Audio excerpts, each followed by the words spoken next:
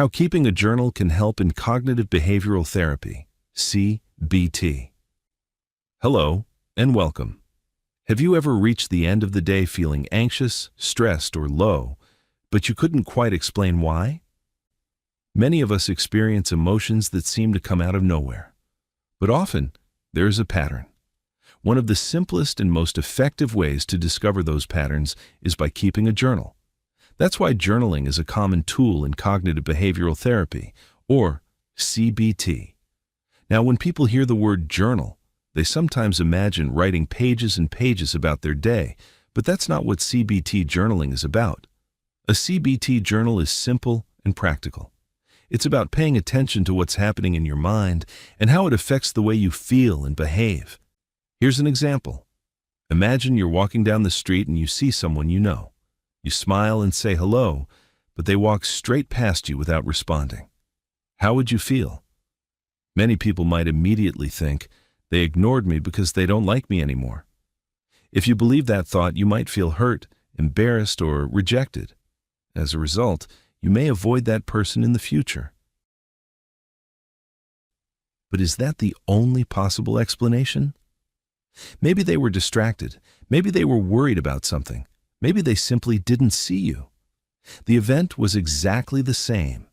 What changed was the interpretation. This is one of the key ideas in CBT. It's often not the situation itself that creates our emotional reaction, but the meaning we give to it. A journal helps you slow down and notice these automatic thoughts instead of simply accepting them as facts. A simple CBT journal might include just 5 sections. First, write down the situation. What happened? Second, write down your emotions. What did you feel? Anxiety, sadness, anger. And how intense was the emotion, perhaps on a scale from 0 to 10? Third, write down the thoughts that went through your mind. What were you saying to yourself? Fourth, ask yourself whether there is evidence for and against those thoughts. Is there another possible explanation? Finally, write a more balanced thought. For example, instead of saying, "They ignored me because they don't like me," you might write, "I don't actually know why they didn't respond. There could be many reasons." Notice that you're not forcing yourself to think positively. You're simply trying to think more realistically and fairly. Over time, your journal can reveal patterns that you may never have noticed before. You might discover that you become very self-critical whenever you make a mistake. Or perhaps you notice that your anxiety increases whenever you assume you know what other people are thinking. These patterns are valuable because once you become aware of them, you can begin to change them. I also want to mention something important. The purpose of a CBT journal is not to judge yourself. It's not about proving that you're wrong or criticizing yourself for having certain thoughts. It's about becoming curious. Instead of asking, "What's wrong with me?" you begin asking, "What's happening in my mind right now?"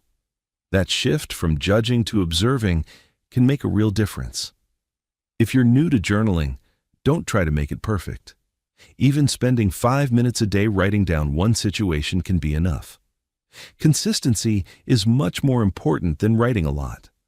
Over weeks and months, those small entries can help you understand yourself better, manage difficult emotions more effectively, and respond to challenges in healthier ways. Thank you for watching. If you found this video helpful, please consider liking it, subscribing to the channel, and sharing it with someone who might benefit. I'll see you in the next video.